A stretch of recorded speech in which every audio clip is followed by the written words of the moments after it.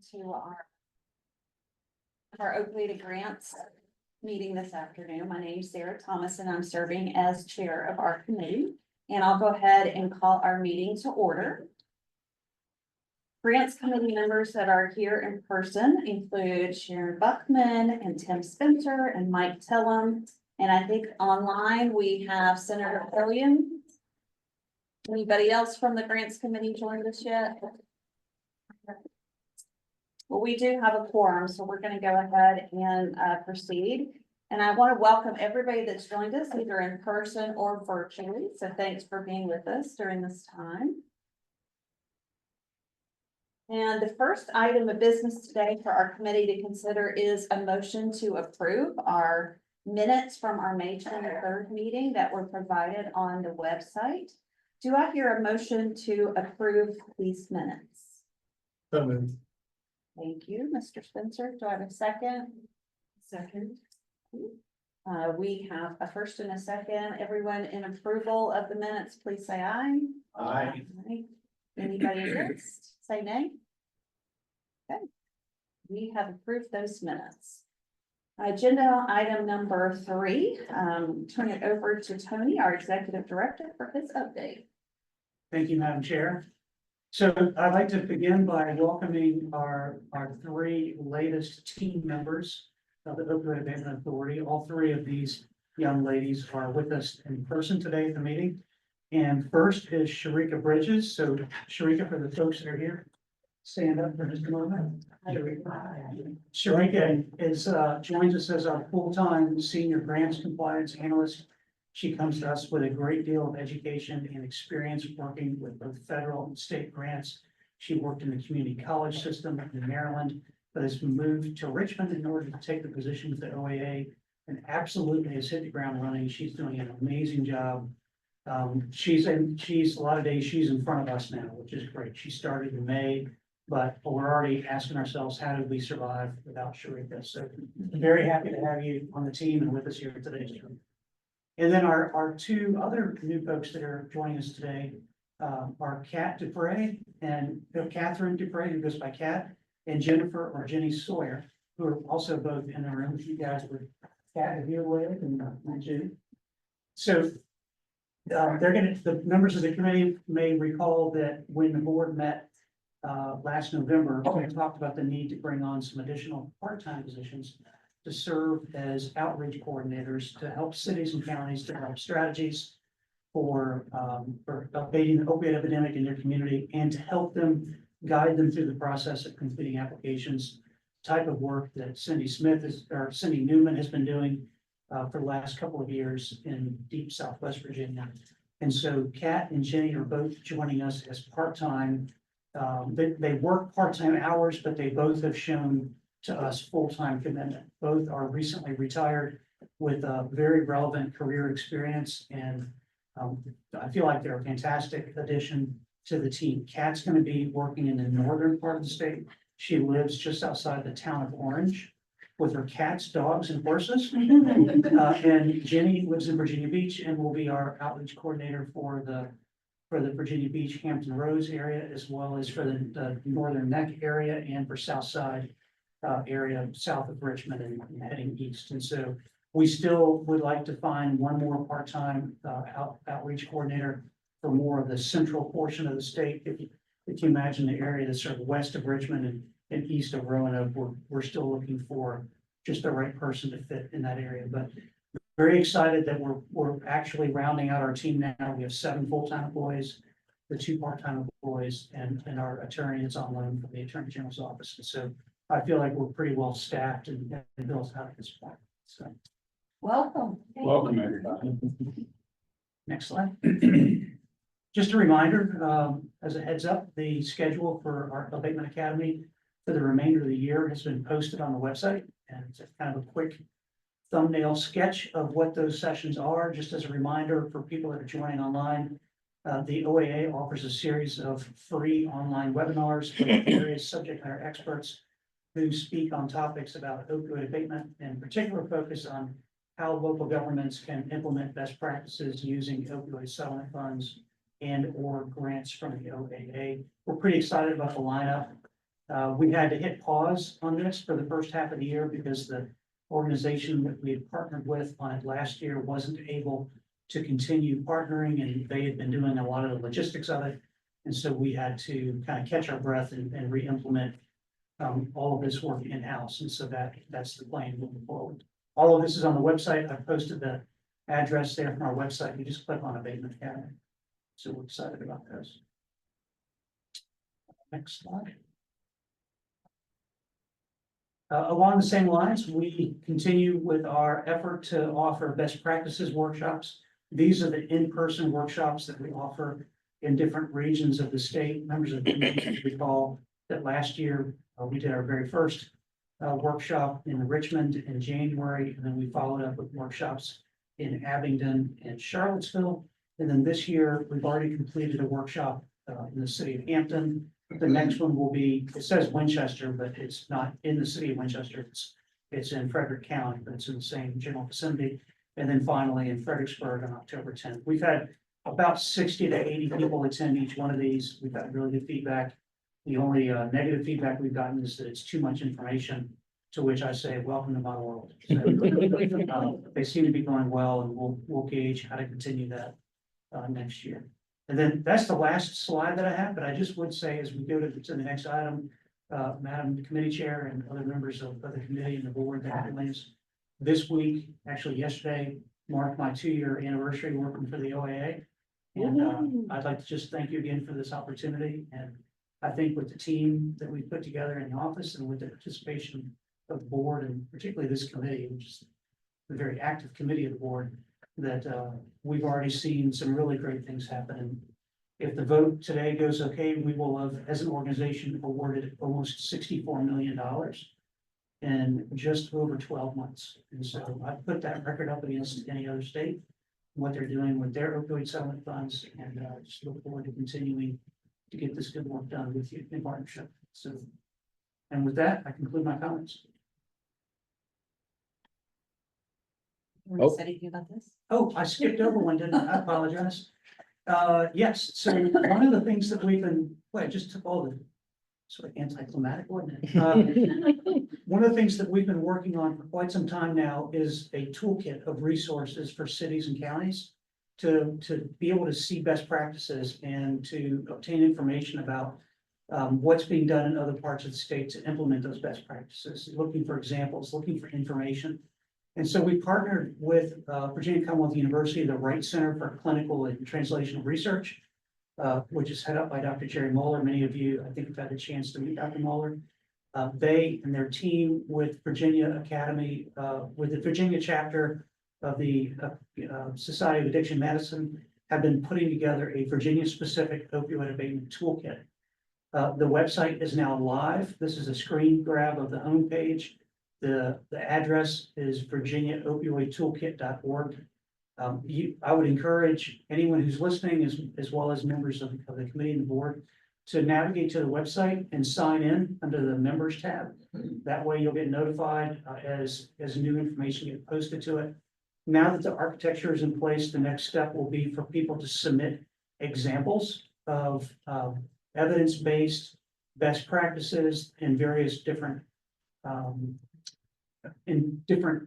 functional areas of this work. So ranging from education to prevention to naloxone distribution to harm reduction. These are all the different areas where best practices will be accumulated into the toolkit available for people that are doing research. And so as you log into this, you'll see more and more information being populated into it over the course of the next year or two. So we're excited to see this coming together as a resource for our cities and counties. And I do think that is my final slide. Excellent. That's great news. Excited to get in there and look at it. Okay, I'm going to turn it over to Charlie Linticum, who is our Director of Operations, for your update. All right. So I have a few items to go through here. So first, wanted to give a little update on current grant activities. So all of the fiscal year 25 city and county grant award packages have been put together and sent out to all the localities. Claps for Sharika for knocking all those out when she had only been here about 2 weeks when they were approved back in May. And we've even starting to receive some back. So our next step for those will be working on fund transmissions, here in the next couple of weeks. There were, we'll talk a little bit about carry forward today. Carry forward is, when you come to the end of your performance period, you have some money left over and you want to take it into the new year. We have a process for estimating that, when we get the applications that have to be come in by April 1st, but obviously you got another quarter before you know where things actually end up. So we had a report that anybody that had approved carry forward had to file, so it allowed them to allows us to true up with them. And we got all those reports back, and those awards that need some amendments to right size the award are up for consideration today. We've also posted our city county annual report templates to the website. So for every FY24 grant that we awarded last year, they will have to do a report that gives information on what their budget and expenditures are, how the project is doing, what's the impact of the community, and how did they do in their performance measures that they were approved. And those are due September 1st, and we did our first abatement academy walking through this. Sharika and I did. That's all that information is also on the website. So we'll be sending some additional reminders out to make sure that everybody has that information. And then that'll be the type of data we can use to populate the OAA's annual report this year about some of the results that the grants are getting. And so today, Tony talked about, our kind of big picture of where we may be after this meeting, but from a numbers standpoint, we've through both cycles for cities and county awards, we've received applications that in some way, shape, or form include 106 of the 133 cities and counties. Now, many of them are just participants in a cooperative partnership. We don't have any match or anything, any individual gold standard awards that are going along with that, but we've at least narrowing the gap on some form of interaction and communication. We've awarded 100 projects, which were 46 million, and we have a few projects that were one time in the first year that are closing out, and we got 92 currently active city and county projects we'll be managing for this fiscal year. So our next item is, just as we finished talking about city and county grants, here around the corner, we will open up our third round of city and county grants on October 1st. So each year we get to do some lessons learned and figure out things we can do to improve requirements, terms and conditions, and things for both us and the applicants to streamline things. So I wanted to go over with you some of the items that we're proposing we change in the process for city and county grants that they will go into effect. That says for applications received after October 1st. The applications received part is not in the attachment to the agenda, but that's an important thing. The items that are already awarded already have a set of terms and conditions. So this really will be things that will be awarding in FY26. But so the direct distribution reporting, which is the amount of money that cities and counties get directly from the settlement administrator, has been required only if you're accessing individual distribution funds. So now we want to just add a level to that so that if you're participating in any OAA grant application, you just have to send us, we have a little report that has to be filled out. It just tells us what you're doing with it. And we're really only looking for the non-OAA projects. If there's a match that it's being used for, we have that information. So it's pretty minimal administratively. It's also something that you have to do to get individual money, and it's also something you have to do to participate in the gold standard. Because it's one report knocks out 3 requirements. So having run through a few amendments and a lot of questions over the last year, when there need to be changes to the approved budget, that if there is a change submitted by, any changes need to be submitted to the OAA. Step 1. Step 2 is if that change is within the current fiscal year, it's within the approved scope and amongst the approved line items, that, there's no change to scope, there's no change to total expenditures. It's just, $10,000 less here, $10,000 more here. We'd like to recommend that staff can approve that, which will minimize some of the administrative approvals that you all are having to do and go through today. But if it's outside the fiscal year and or not within the approved scope and or not an approved item, that would come to the grants committee as an amendment. We did not set out when we started this program as to whether or not reporting on expenditures should be on a cash or accrual basis. For the non-accountants in the room, cash basis is you pay for something when you get it. Doesn't, when you get like an invoice. So you get an invoice in June, you pay it in June, that expense goes on June. You get an invoice in June, it doesn't get paid until July, that payment goes into July. So we've had some different organizations doing either accrual or cash, and it kind of made our reporting a little difficult. So we want to go to just pay for it when you receive it. That's why we have a carry forward process. You can carry forward an expense and a budget, and that if things cross a fiscal year. So another thing that we found working through renewals for cooperative partnerships this year is kind of all manner of what people or projects spending all the different types of revenue that go into a cooperative partnership. So we want to set an order that we'd like to see the funds spent in. So first spending would be a direct distribution match, if that's included. Next would be any other non-OAA match. That'd be like general funds or another grant or something on behalf of. Then individual distribution, then gold standard, and then cooperative partnership last. So the idea is if there's a carry forward for a cooperative partnership grant, it's mostly in that competitive bucket of funds, which both helps us and the applicants kind of string out the amount of money that's available. And it keeps the matching dollars even year over year, because when we kind of approve something with a certain match percentage, if they carry over their just all of their match and not their cooperative fund, it looks like they're given the same amount of match, but they haven't really spent any money. They've spent our money and not theirs. So this we think will be a way to kind of get everybody on the same train. And it should make some of the reporting more efficient as well. And if we receive any reports that aren't able to demonstrate how those separate revenues have been spent, we will basically apply this method to any expenditures that we receive.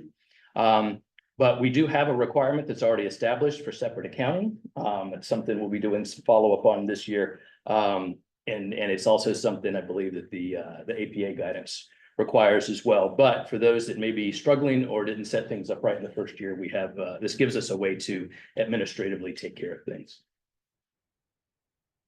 All right, just a couple more. So sometimes there comes an issue where you have to prepay for something that's going to happen and it crosses a fiscal year. A lot of times with training, you have to get the best price. You have to register in May, but you don't get to go till August. So it's pretty standard, and especially for state agencies, from my time working with them, to have about a 90-day window where that kind of thing is allowed. You paid for something, you haven't received it. So ideally, the latest something would be paid for from one fiscal year until it's received in the other would be like by the end of September. So if there's some type of extenuating circumstance that can be demonstrated, especially around maybe capital projects and things like that, we're proposing that staff can grant an extension as long as it stays within the fiscal year and there's no real changes to the option to the item that they're talking about. If it's outside the fiscal year, there's changes to the item, again, that would come to the grants committee as an amendment. Another option, and this is kind of a bit of a clarity item really, but sometimes, especially new projects, take a little bit to get all of the documents and the agreements in place before we can transfer the funds out to the localities. So, but sometimes their project is kind of already moving. So one of the things that we want to make sure they understand is they can use other funding sources to pay the beginning cost until the OAA funds come. And then they can do what's called a journal entry in the general ledger, which basically takes the money off of those expenses and puts it on the OAA. In the details in the attachment, there's got to be some specific reconciled documentation that we can request and review for that. Carry forward approvals. Again, this is trying to create some efficiency here. If there's a carry forward amount that is kind of de minimis in the context of the total project cost, so if it's $10,000 and the carry forward is $100 off of what was approved, if it's $1 million and it's $10,000 off of what is approved, something along those lines, and the proposed usage is within the approved scope and budget, that'd be something that staff could approve, so we don't have to come back with so many amendments to you all, because it's just the thing of something didn't come in, maybe you had a staff member leave in the last month that you didn't project, and so you've got a couple of months of salary. We're not talking hundreds of thousands of dollars types of things. But we have a number of those types that you'll be approving, reviewing today. But any other carry forward requests that are outside of that, either they're much larger in dollar, change in scope, all those types of things would come to the grants committee for approval. For cooperative partnerships, specifically, if there's a carry forward list, the finalized carry forward is less than what was approved by the grants committee. We don't plan to make any changes to the subsequent fiscal year award amounts.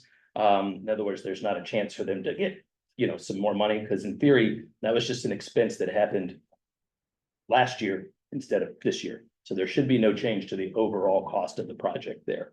If there's a carry forward amount that's higher than what was approved, the subsequent year award will be reduced by that amount.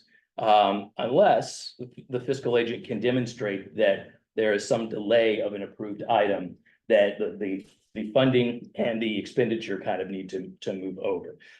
So it'll put a little bit tighter restrictions on how that money can move around. So it really is moving forward only for an approved cost. And if there's just money left over and there's not an approved cost for it to go with, then it reduces the amount that it's approved by an equal amount.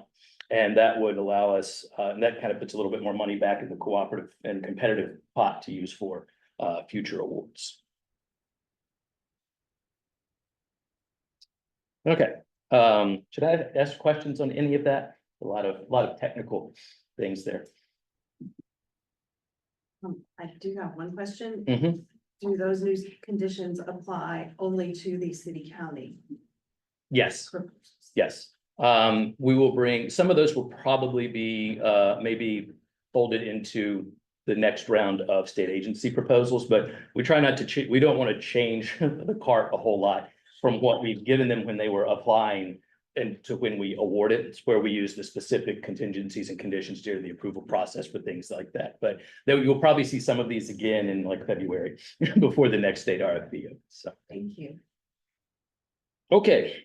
On to the big piece here. Oh, sorry, any other questions? Nope. All right. So state agency request for proposals.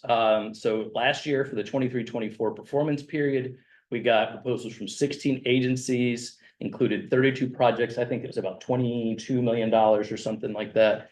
We ended up awarding 24 projects totaling 11 million. Should note one project was declined by the agency due to changes in agency responsibilities, some rearrangement of things by the administration that happened between when they submitted and when the award package and the MOU went out. And so because of that, that money never got accepted. So, and I'll mention what happened with it here in a second. So for the 24-25 performance period, which is the one we're reviewing proposals for today, we got 35 proposals from 17 agencies totaling about 14 million. Our original budget was 7.7 million, but it was increased by 740,000 due to that one project that was not able to be accepted. There was some hope to move it to another agency, but there's been some other pivots and languages that that project's kind of going back into a restart overall, and maybe something we'll see in some future years. Our proposal window opened March 19th and closed May 24th. As a note, all executive branch agency proposals were reviewed and approved for submission by the governor's administration. So if any executive branch agency doesn't go through that approval, we will not consider that proposal. And that's laid out in our RFP and is regularly communicated by the administration to those as well. This round of proposals includes new projects as well as renewals and amendments to current. And there was a few, just as a reminder, there was a few new areas of focus that we highlighted, reviewing and looking for proposals that review and modify successful evidence-based programs to see what kind of modifications that can be made to address cultural and environmental norms, stigma, beliefs, and values to make them more, palatable to come into different. So you think about a program that's successful in Southwest Virginia, what can be modified to make that successful, in inner city Richmond or Petersburg, and vice versa, really. Really focused on areas with, people with like historically economically disadvantaged communities.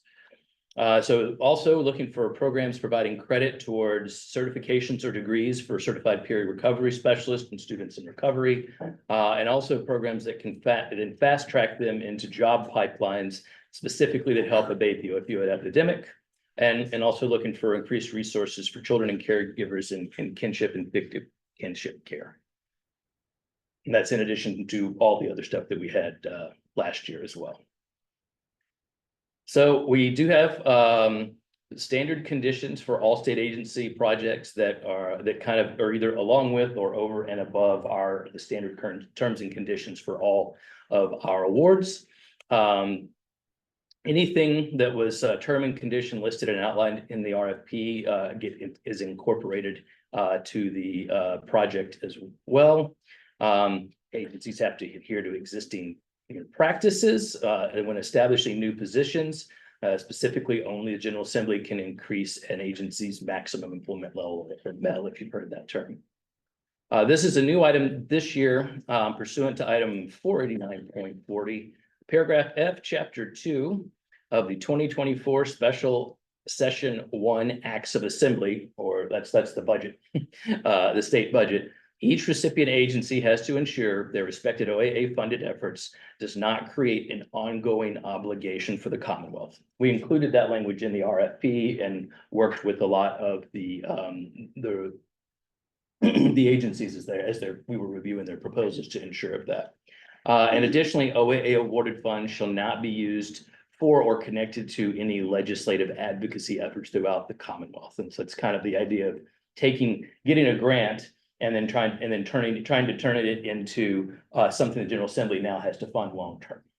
That's not the kind of purpose that the General Assembly sees for these grants. They look at them more as one time. It might give them data or options to consider funding something, but doesn't leave them in some kind of public holding of the bag type of situation for things that they weren't prepared for. Performance period, still October 1, 2024 to September of 2025. Any awards that include carry forward have to complete our carry forward workbook by, that should be October 15th, actually, 2024.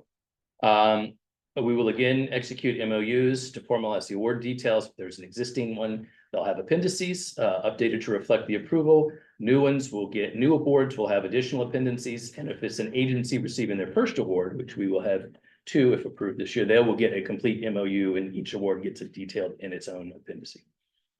For our renewals, unless otherwise noted in the recommendation, new recipients may request up to 4 one-year renewals. Current recipients can now only request up to 3 one-year renewals. And after those renewals are exhausted, they have to kind of go back in and compete as a new project again. Each awarded agency is responsible for planning for the future funding sources and sustainability. Any proposals that were modified from their original submission into the recommendation and may need performance measures updated, the OAA will work with the agency as part of the award process to make sure those are straight. And any public facing materials will be reviewed by the OAA prior to release, and OAA may require the logo and wording be added to indicating the project received OAA funding. If you've seen any of the Attorney General's offices, One Pill Can Kill and Can You Spot the Fake Billboards, you'll see the OAA's logo and funding provided in part by on that. That's kind of thing we're looking at there. So into our agencies. Department of Behavioral Health and Developmental Services, we have 4 projects that are recommended. That's a carry forward of a little over 11,000. Renewal of about 117,000 and a new award of about 385,000. So the renewal is for their substance use data analyst position, who collects and aggregates agency-wide data related to substance use efforts by DBHDS, primarily related to initiatives identified in the Right Help Right Now plan. There's also the judicial substance use training program. There's no additional money associated with this. It's just an extension of the performance period through the end of September of 25 to allow them to continue working and developing the training curriculum and plan to offer training to all the different court system officers and professionals on substance use disorder treatment and recovery services. So as they're working through people in alternative dockets, they have some education that they can rely upon for helping make those decisions. Recovery High School, this is another extension of performance measures. Extension of the performance period. It's going to ensure the funds that are awarded are used to support the new General Assembly budget requirement for expansion of Recovery High Schools in Loudoun and Virginia Beach. So that gives us an opportunity for some alignment there. And then the new award is for a project with Virginia Recovery Corps, which is an AmeriCorps program that we also have an award with as a partner to the Indigent Defense Commission, which I'll talk about later. But this is more of a base operations award for Recovery Corps. Then they identify, train, and provide stipend employment for lived and living experience workforce, and they draw down the 385 will allow them to draw down nearly $2 million in federal matching funds that'll be used to support 70 peer navigators across the Commonwealth. And I believe from the executive director of Recovery Corps told me that they may become, if this gets approved, well as the other projects amendments, they will be the largest peer employer in the Commonwealth. Nice. Yeah. There was one project for DBHCS that was not recommended. It was about 1.5 million to launch an adult psychiatric access line, or APAL, in cooperation with Virginia Medical Society. There were some good merits to this program, but on the version of the proposal that we got, it was not recommended due to financial constraints and long-term sustainability. And was with any project not recommended, if they want to come back and try again, we're always happy to work with any of our applicants to see if there's ways that we may be able to work something out with that. All right. Ooh. Hello, formatting. Apologies for that, especially if it's blinded anybody at home. So Department of Corrections. This is a fairly simple one. This is their medication-assisted treatment social workers. There's a little write-up down here that can't be seen. But they added 6 social workers located at 6 DOC facilities across Commonwealth. They're basically helping improve the care process of people that are getting opioid use disorder treatment in the Department of Corrections. And it's through supporting physicians, it's supporting those that are in treatment, it's making sure there's a lot of case management involved, especially if people move between facilities or if they transition out of a DOC facility to another facility and things like that. There's been a lot of success, they believe, and I'm excited to see what kind of performance measures they have been able to achieve for this when we get in next month. Department of Education renewal, they just call it their opioid abatement project, about $520,000. This is, which is, I believe, about the same amount they got last year. This is continuing their statewide effort to address opioid misuse by educating students, parents, school employees, and the like about the dangers of drug use. DOE funds continue to support their education ambassador program and expand their student-centered social media campaign. And the Department of Education, Virginia Foundation for Healthy Youth, and the Virginia Cooperative Extension and Virginia Tech Awards, they all meet on a regular basis with Cindy to compare notes, ensure there's nothing that's being duplicated, and learn from each other. And the feedback that Cindy said is it's been a very wonderful collaboration for them to kind of work out and figure out how they can all work together to fill gaps across the Commonwealth in this area. Right, so a new agency for this year, the Department of Emergency Management. They submitted 2 projects. However, we were not able to recommend funding for them as they are more considered internal expenses related to the agency's normal course of business. I'm looking for about $15,000 in funding to supply naloxone to their facilities and vehicles, and about $360,000 for replacing emergency response equipment used by hazmat officers. Oh, the Department of Health, 5 projects recommended. Carry forward of almost $900,000, renewal of about $880,000, and a new award of about $214,000. So the first is their naloxone distribution program, renewal of $473,000. Expansion and continuation of the state's distribution system for intranasal naloxone and harm reduction test strips. VDA's plans to increase the number of partners receiving naloxone statewide and strengthen relationships with existing partners. Comprehensive harm reduction program, renewal of $278,000, carry forward of $722,000.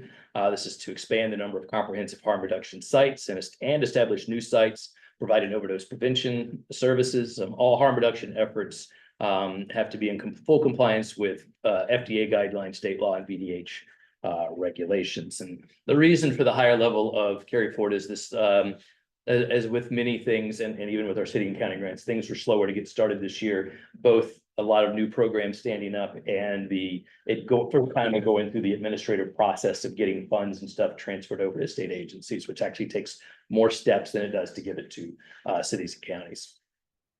Charlie, can I interrupt on that? Sure. The comprehensive harm reduction. So this is an expansion.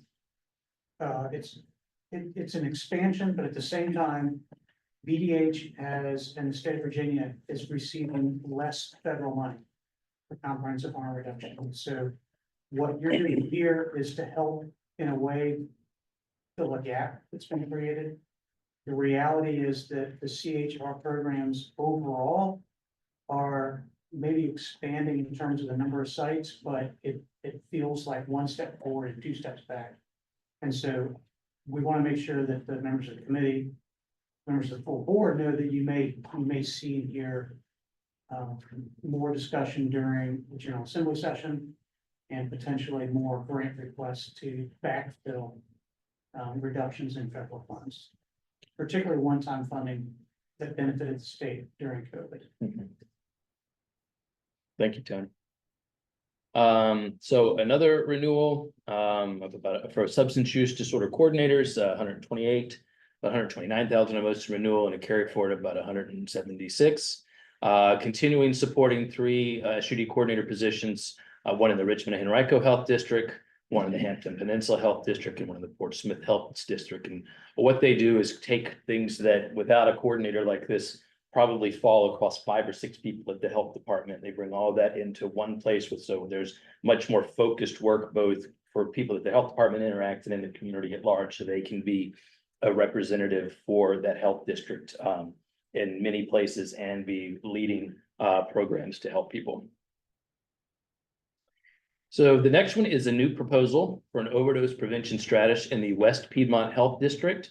That's around the Martinsville, Henry County, it's a Franklin and Patrick area. So this will be an overdose prevention strategist for 83,000. They're going to help facilitate the development of population-based overdose prevention programs through a number of different venues. The position is going to increase awareness among community members and will provide training and facilitate the provision of naloxone. So it'll be someone to really help focus for that health district, and that is a bit of an outsized affected area in the state. And so the last one is another new project for coordinating local and regional overdose review teams. This new funding of $130,000. It's like to have the VDH establish a standardized approach for local and regional overdose review teams to help them more effectively collect and analyze data to inform evidence-based interventions. This is a pilot project, and OAA is requiring a written report to document outcomes before we will, recommend a renewal for a second year.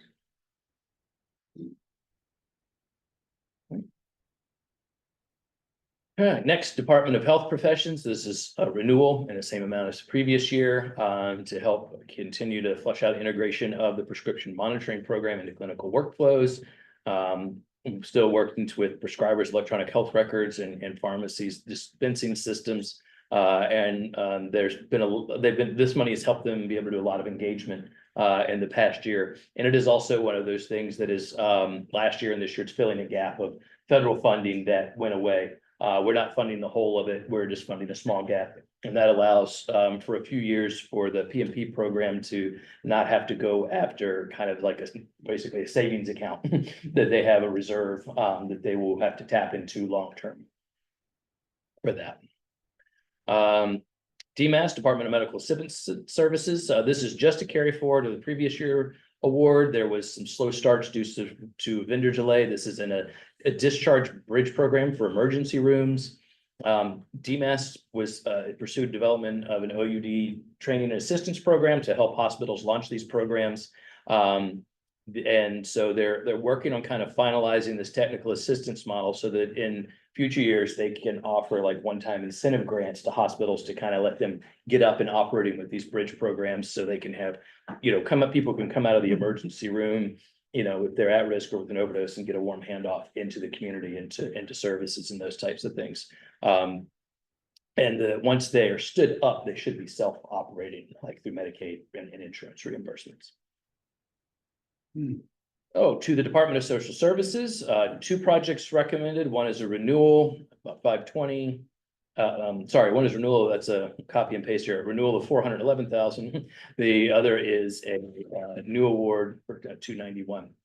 So the first is the renewal of the Kinship Navigator, or KinNav program expansion. That's gonna expand those relationships with local governments and community partners. Program has also been amended to use screening for SUD issues to more accurately direct resources provided by the award to support families. DSS will also increase the services due to significant need for KidNap services in partner jurisdictions. Tony, since you're well familiar with this program, do you want to just, for those that aren't aware, give an explanation of what the KidNap is? So there's been a big increase in the number of kids entering the foster care system because of parental drug use. The kinship navigation concept is that you provide resources to grandparents, family members, and even fictive care, which is non-related close family friends or other responsible adults who are going to take on the responsibility of taking care of these kids.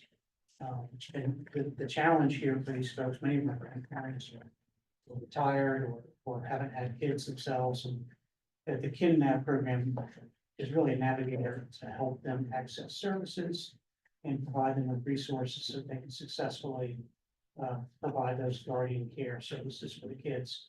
It prevents the kids from going into the foster care system where they're at much higher risk statistically.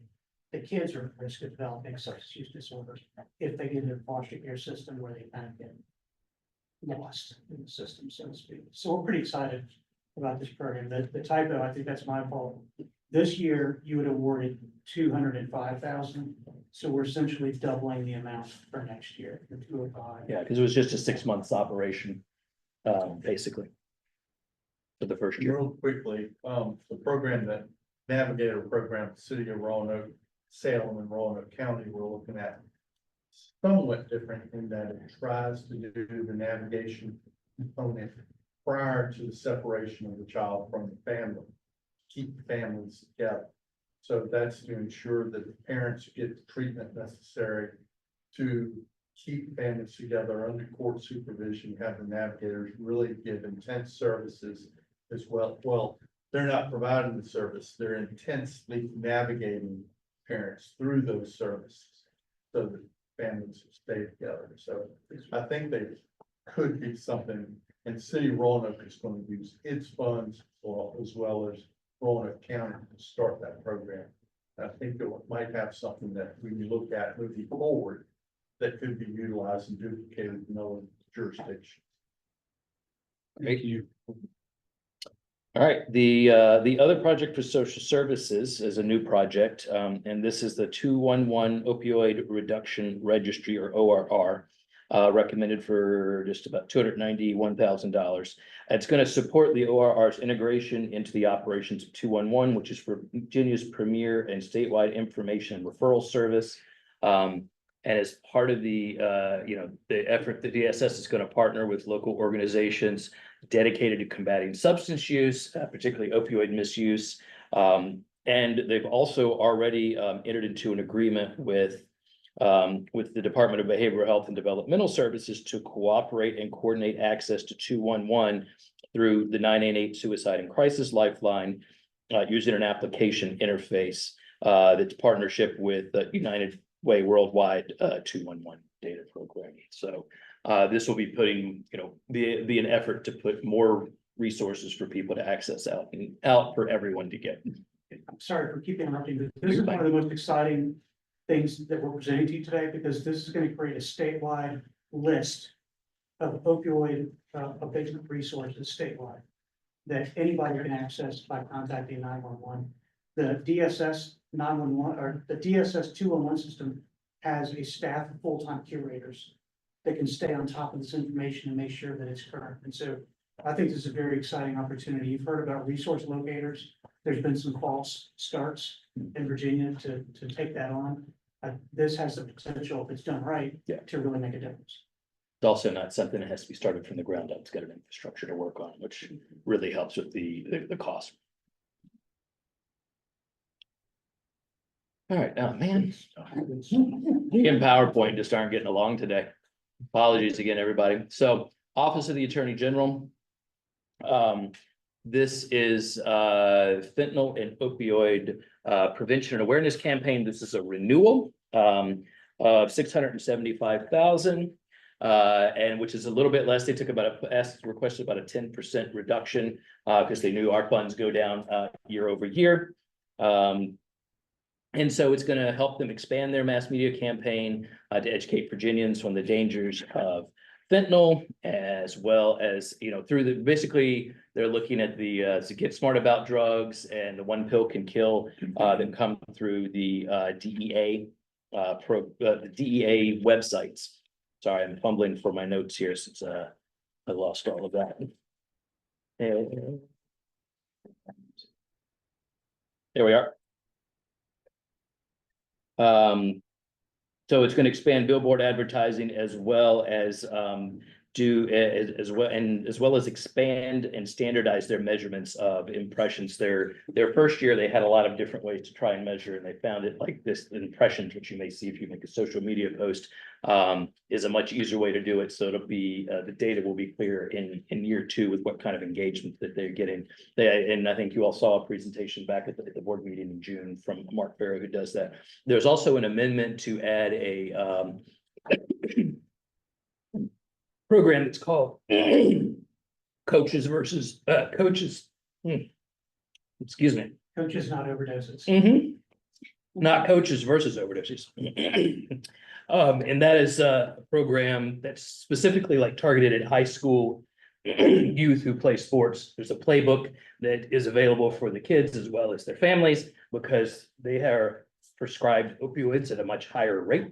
And so it's kind of a special intervention. And because of that, and as well as the media campaigns, the Attorney General's office is going to join that same work group we have with those prevention and education, so we can continue to collaborate and expand and make sure that there's no overlap or duplication of services. So the next is the Office of the Executive Secretary of the Supreme Court. This is a partial renewal and carry forward for their statewide universal drug testing for specialty dockets.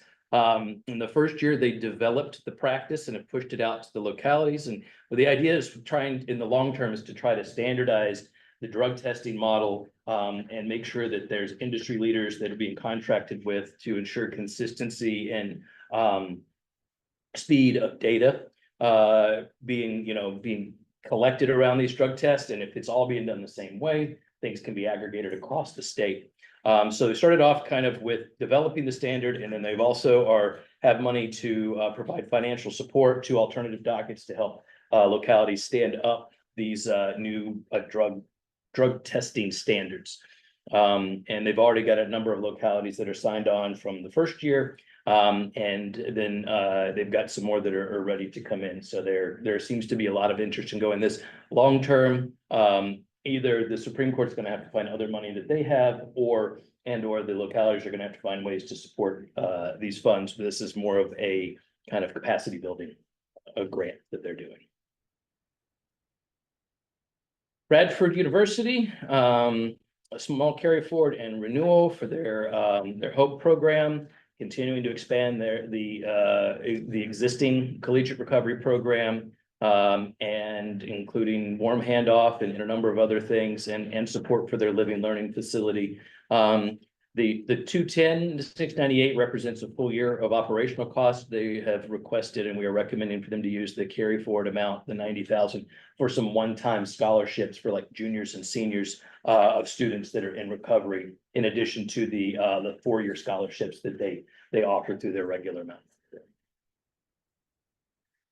University of Virginia, 2 projects.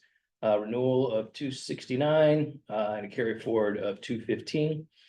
So, I'm sorry, there should be a new award of 215. So, the renewal is the Street Medicine Access Reduction and Treatment Clinic, or SMART Clinic. This clinic is connected to a multi-resource day shelter known as the Haven. It's an opioid-based treatment program, and it's basically going to where people are and engaging them with an OBOT instead of trying to bring them to a medical facility or a hospital. So you're meeting people where they are with this.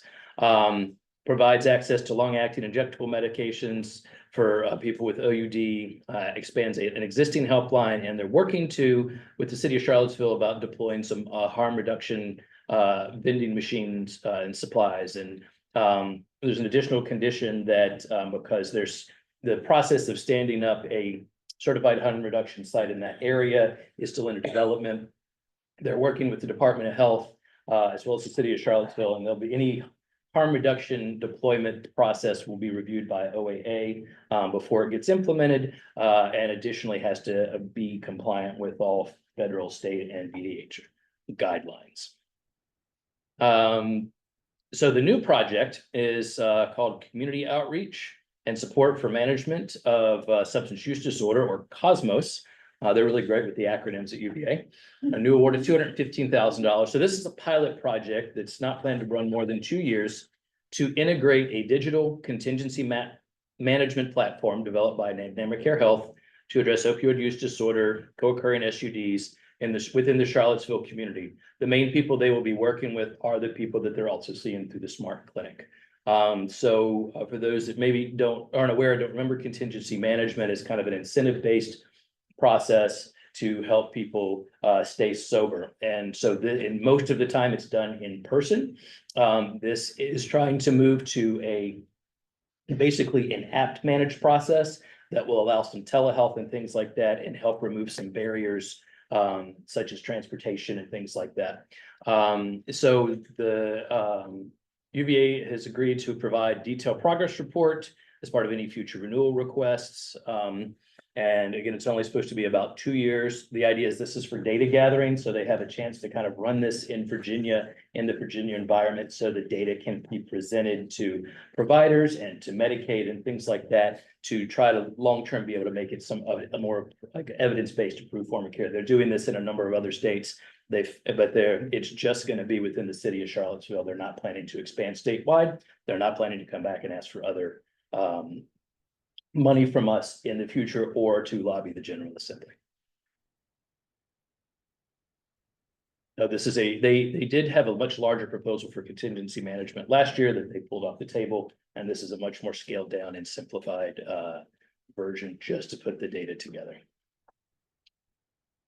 Virginia Commonwealth University, 5 projects, carry forward of 199,000, renewal of 282, and a new awards of 742. So the Virginia Opioid Toolkit for cities and localities that Tony highlighted a few minutes ago, renewal of 207, carry forward about 28,000.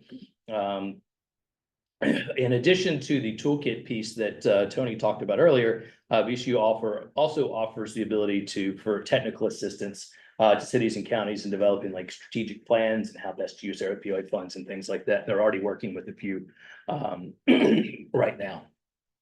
Another renewal, also with some carry forward, is the project for the Massey Cancer Center at VCU Health. This will be a continuation of their research to develop protocols for pain management and palliative care settings. Due to issues of people having high opioid use when they kind of move to what is assumed to be a terminal state of cancer, and then they're beating the cancer, but now they've got an opioid addiction. And there's no process for the doctors to look for signs of OUD or SUD or to help them step down. There's nothing for cancer patients in this thing. And they presented to us, was back, I think in March, and said they had done a lit review and like nobody has anything. So once VCU develops this, they'll be an industry leader and they will likely be sharing this out across the country.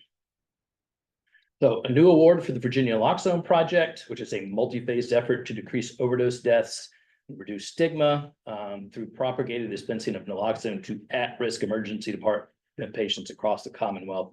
And they plan to initiate at least 20 emergency department-based take-home programs for naloxone, and they will also be doing coordination with the DMAS program for the emergency bridge project to make sure things are aligned. Again, things aren't being duplicated, and figure out, is it best for them to work with hospitals together, or is it better for them to separately fill gaps and connect later? Another new program, funding of about $85,000, fast tracked to certified substance abuse counselor program. So this is going to look at VCU's existing coursework and clinical internships for bachelor's and master's level social work degrees for those students to be able to get credit towards getting the CSAT certification. So basically, the work that they do in class will allow them to be able to sit for that exam by the time they're ready to graduate. So they can graduate with the degree and with the certification, and they can be ready, sooner ready to enter the workforce. And there is a there is a similar program with a different focus with Virginia State that they are going to be doing, and so both of them are going to work together to try to make sure not only can they attack different areas, but also look at ways that they may be able to adopt each other's kind of solutions and curriculums. All right, and then we have the Ramsden Recovery Scholars Program, new funding of $83,322 to expand their Recovery Scholars Program for 10 colleges and universities by increasing the number of scholarships offered to students and expanding their staff. Last thing is there was one project that was not recommended for funding for about $300,000 for a trauma-informed prevention program for youth in the Richmond area. Basically was just not recommended due to funding constraints and some sustainability concerns. And that there may be some duplication with some of the other prevention efforts that we're already funding across the Commonwealth. All right, Virginia Cooperative Extension Service, this grant's being run through Virginia Tech. Renewal of $725,000 for what they call their opioid abatement authority project. This is for them to continue training teachers to implement Botman life skills, mental health first aid, and adverse childhood experiences training in schools, and continue their partnerships in regional substance use education and prevention coalitions. This started from a grant that no longer exists for rural opioid response. But one of the things when we granted them last year is we said, we want to see you move into urban areas as well, because that's where the higher need is starting to show in the data. So in this year, they're planning to move into urban localities. They're active in 27 coalitions, and their expansions at minimally plan to include Roanoke and Petersburg City.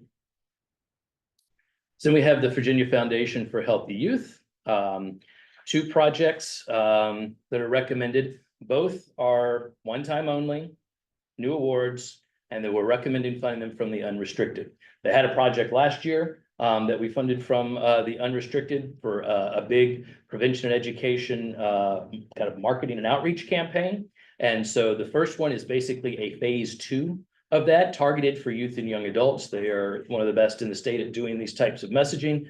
It's $1.4 million. Another copy and paste issue there. I can't seem to win the PowerPoint today.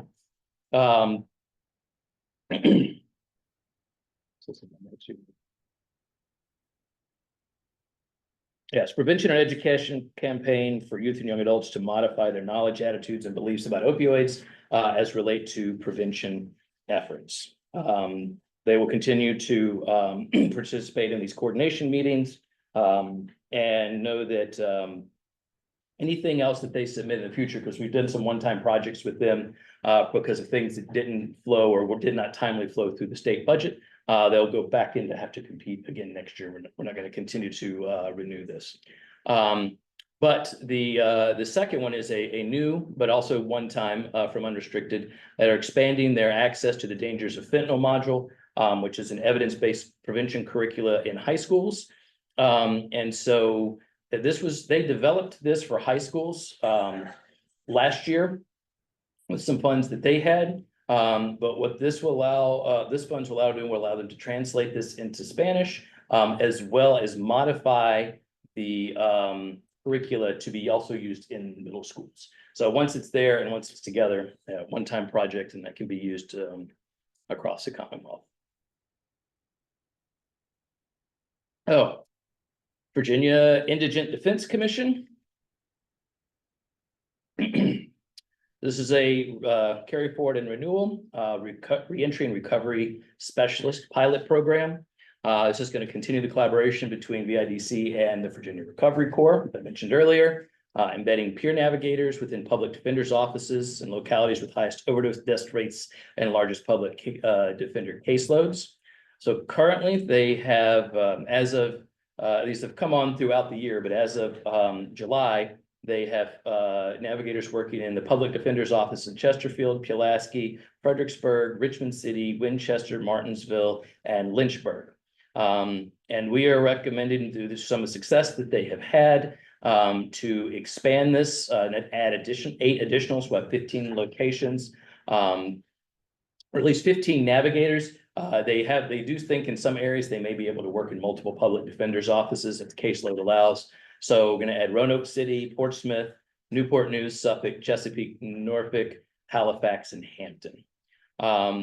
So part of what we're doing with this was supposed to be a 1-year pilot project. We've had a lot of lessons learned, and we'd like to see what a full 12 months of data is, because there's obviously some startup time. So we're recommending to extend this pilot project through this performance period, which extends the deadline for that report. The report has to also address long-term strategies, including sustainable funding and some specifics around the budget model of how the money would move between Recovery Corps and the IDC.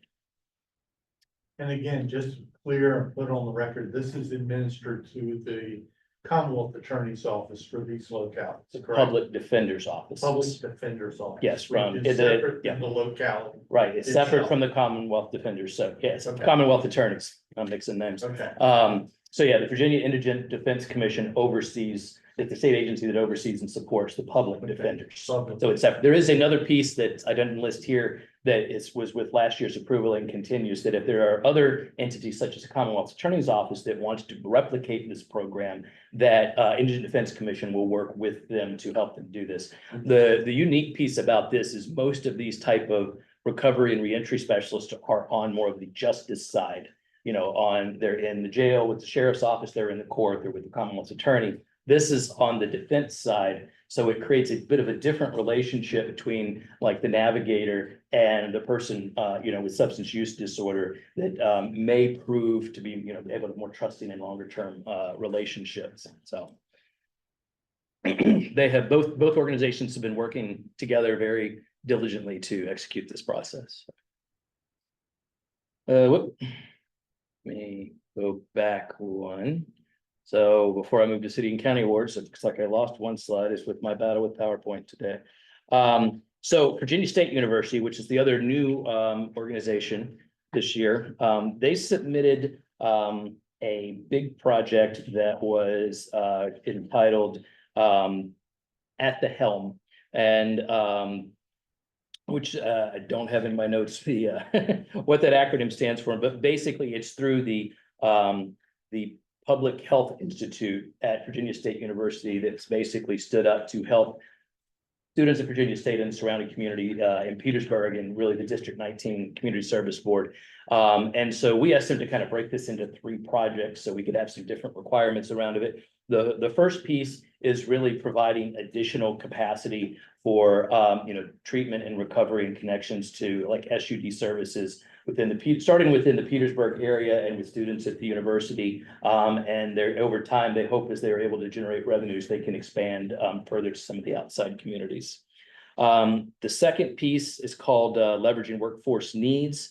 This is $90,000. And so this is addressing workforce needs for abatement efforts, educating and preparing peer recovery specialists and certified substance abuse counselors and drug and alcohol counselors.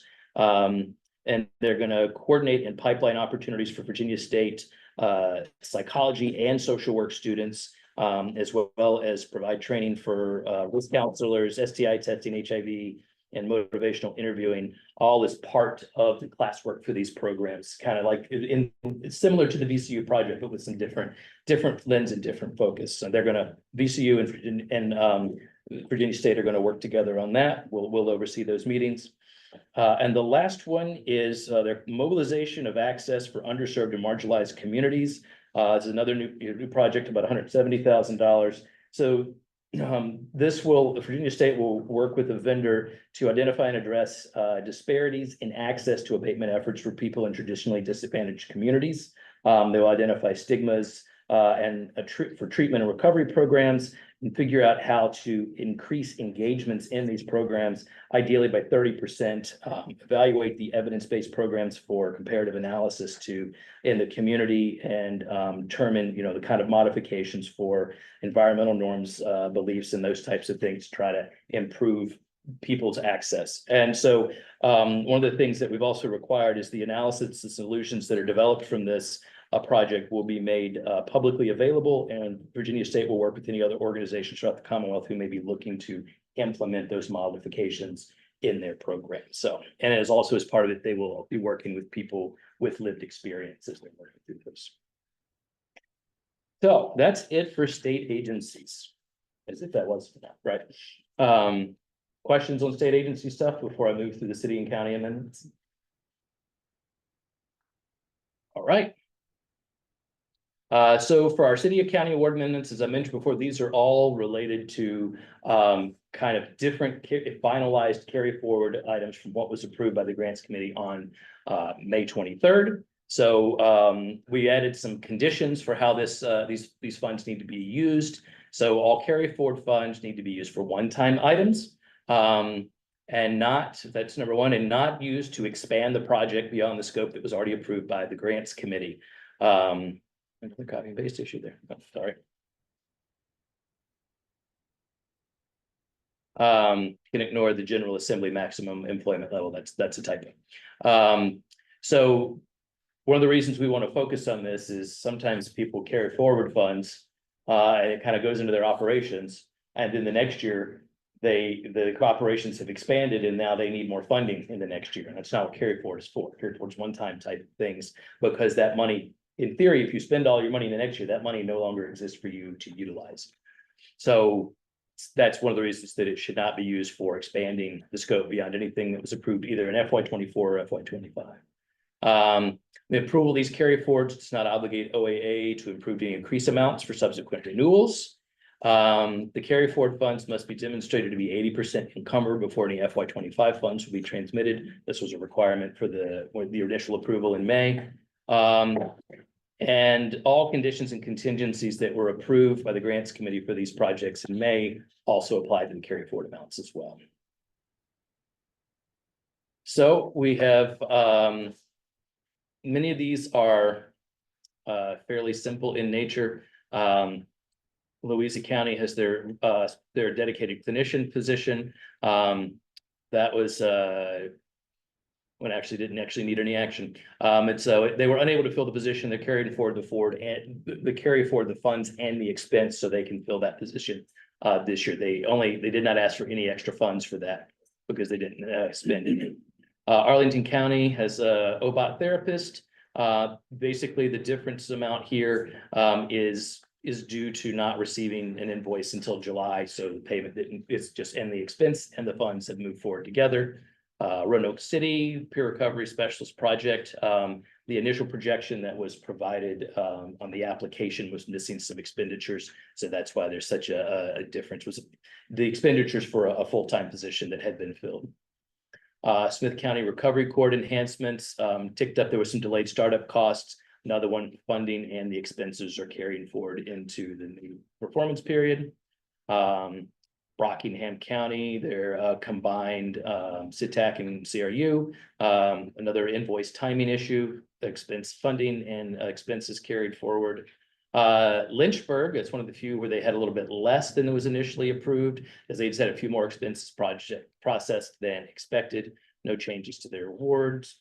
Culpeper had a small increase due to some delayed startup costs. Those are going forward to the next year. Prince William County's OBOT expansion. They had some some slower startup times. They're still trying to finish their OBAT certification with DMAS.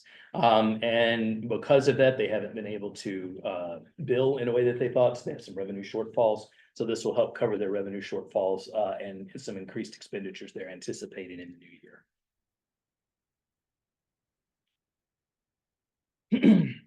Roanoke City, which is this cooperative partnership, collective response. Just more expenses, a little bit lower amount, more expenses processed than projected. Wise County's IOP youth program, it just had delayed startup costs again, carrying forward the cost and the expense. Montgomery County, New Valley Recovery System, had a decent jump up.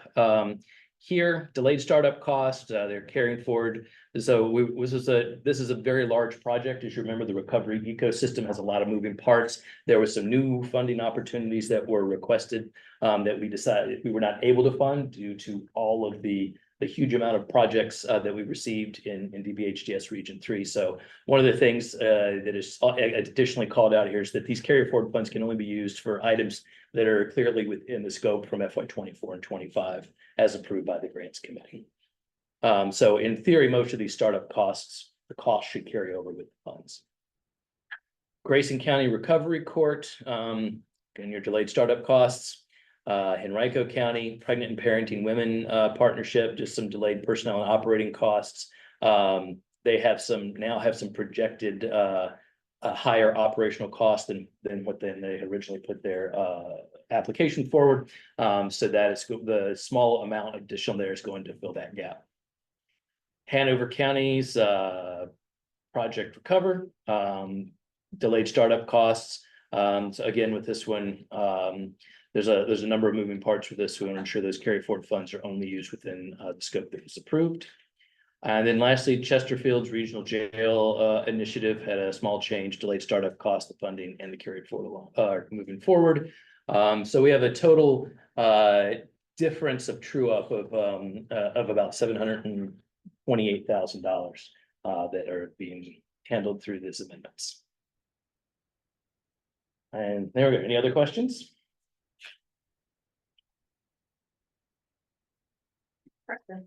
Thank you. We are at the time of our agenda where we have members of the public and you're able to address the committee. We request all comments be kept to 3 minutes or less. For those of you online, if you would like to speak, please click the raise hand button on your screen and one of our staff will call out your name and enable you to speak. Same thing for anyone here in person that would like to speak, just I think we have one person here, so we can start with you if that would be okay, and I'll have you come up here and you can sit here while you speak. Mr. Holland and Dr. Thompson, I understand you're online now, so welcome with us. Thank you. Yes, I am, Madam Chair. Thank you. I've been listening. Thank you, committee members. Can those online hear me? Okay.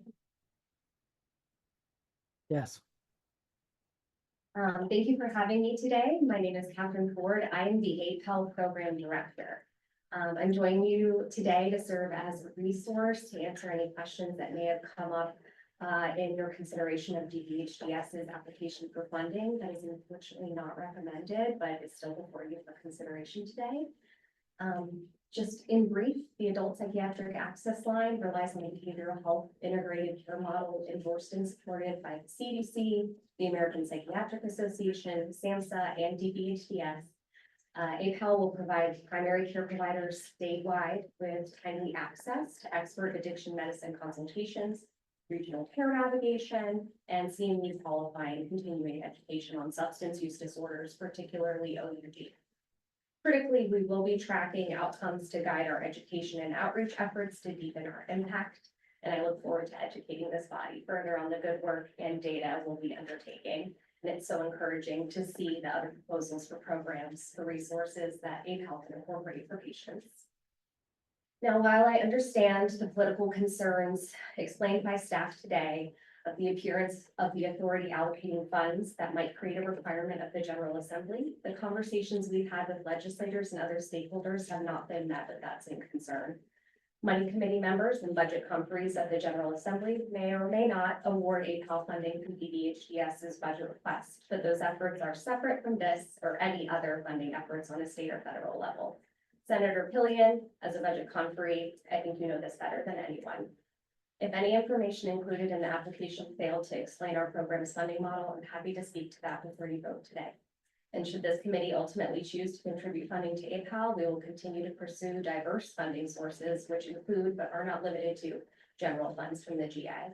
We are invested in continuing to build and to sustain this program, and I thank OAA and our EDHDS partners for their assistance and passion in this work. Thank you. Thank you.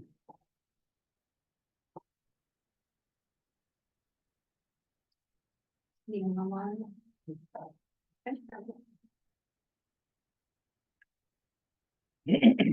Okay, we're going to move on to new business where we'll consider our updated grant requirements, the state agency proposals, and our amendments to our existing grants. So the first item under new business is for our grants committee to consider updated terms and conditions. Mr. Lincoln went through those requirements for our grant recipients. These new or revised terms or condition requirements are summarized on attachment 1. So we've all heard that. We've had an opportunity to ask any questions. So I will entertain a motion to approve the updated terms and conditions requirements consistent with the staff recommendations that we've heard today and that are in our attachment. Do I have a motion? So moved. This is Jim Holland. Thank you, Mr. Holland. Do I have a second? A second. Thank you, Mr. Tillman. All in favor of the motion, please say aye. Aye. Any opposed, say nay. Okay, we have approved.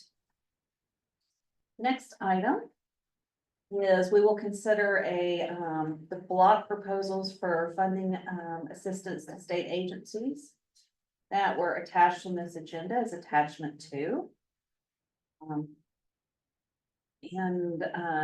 Those are for which no grant committees have requested to abstain. I can make just one point and note, Yes. although the city of Roanoke is named under the VIDC grant, please note, as in the presentation, that the Public Defender's Office is not an office of the city of Roanoke. Therefore, I do not have a conflict and will be voting on such. Thank you. Thank you. Okay, I will entertain a motion to approve the block of awards consistent with our staff recommendations that were outlined in the presentation, in our attachment, and our summary documents. Do I have a motion? So move approval of the state block grants. Second, Jim Holland. Thank you. I have a motion and a second. All members in favor of the motion, please say aye. Aye. Any opposition? Okay. Any abstentions? All right, thank you. We will move on to item C. It's for our grants committee to consider the recommended amendments to existing awards as were listed on attachment 3. So I'll entertain a motion to approve the recommended amendments to existing awards consistent with our staff recommendations as outlined in attachment 3 and in the presentation we just heard. Madam Chair, if we could kindly remove the 2 city of Roanoke grant adjustments, Okay, and someone else make that motion. Mr. Holland, there is also one for Chesterfield County. Would you like that to be? That's correct. Moved as well? I concur. That should be removed as well for Chesterfield County. However, I will vote on Roanoke. And at this time, I move approval for Roanoke as removed. okay, And I will recuse myself in that I'm an employee. This is Tim Spencer. I'm an employee of the city of Roanoke. And as such, believe that under the Virginia Conflict of Interest Act, that I should refrain from participation, consideration of these 2 grants, and therefore I will abstain.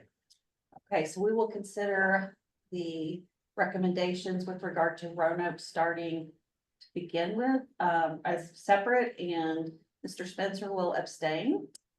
Do I have a motion to approve our staff recommendations for Roanoke City?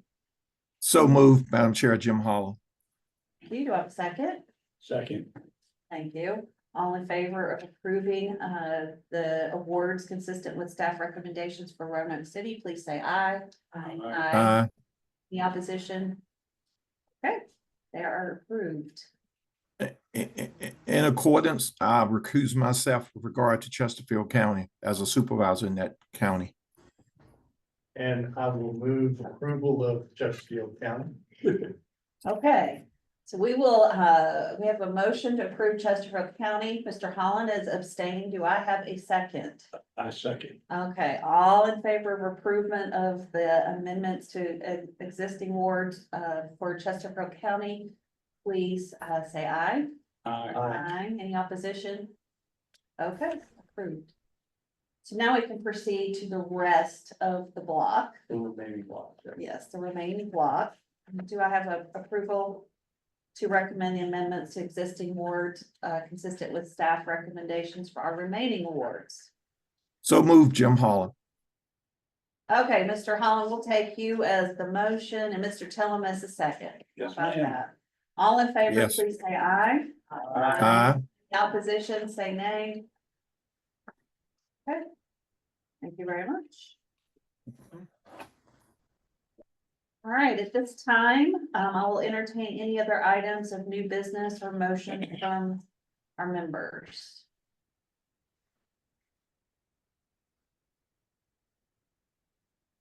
Okay, don't see any. This time, anybody online have anything else they want to discuss?